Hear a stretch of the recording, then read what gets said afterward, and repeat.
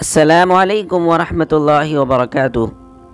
ناظرین، پہلی امتوں میں طہارت اور پاکی حاصل کرنے کے لیے پانی کا استعمال لازم تھا، لیکن امت محمدیہ کے ساتھ اللہ تعالیٰ نے جہاں اور خصوصی انعامات فرمائے، ان میں سے ایک انعام یہ بھی تھا کہ اس امت کے لیے مٹی کو پاکی کا ذریعہ بنایا۔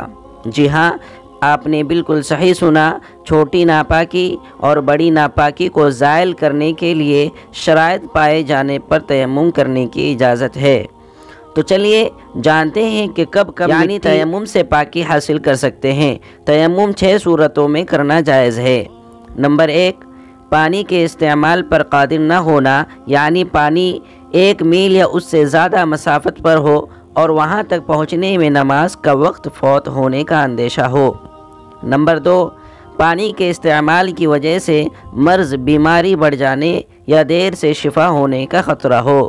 نمبر 3، سخت سردی جبکہ جنبی یا ناپاک کے لیے گرم پانی سے غسل کا انتظام نہ ہو اور ٹھنڈے پانی سے جان کی ہلاکت یا اعضاء کے شل ہونے کا خطرہ ہو۔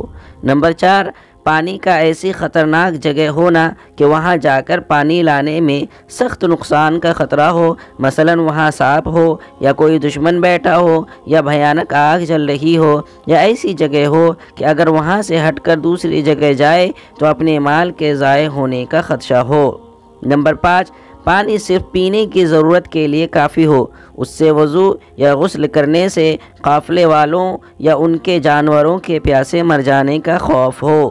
نمبر 6، پانی کو کنویں وغیرہ سے حاصل کرنے کے لیے کوئی چیز موجود نہ ہو اور نہ ہی کنویں میں اترنے کی ہمت ہو، تو ان سب صورتوں میں تیمم کر کے نماز پڑھنا جائز ہے۔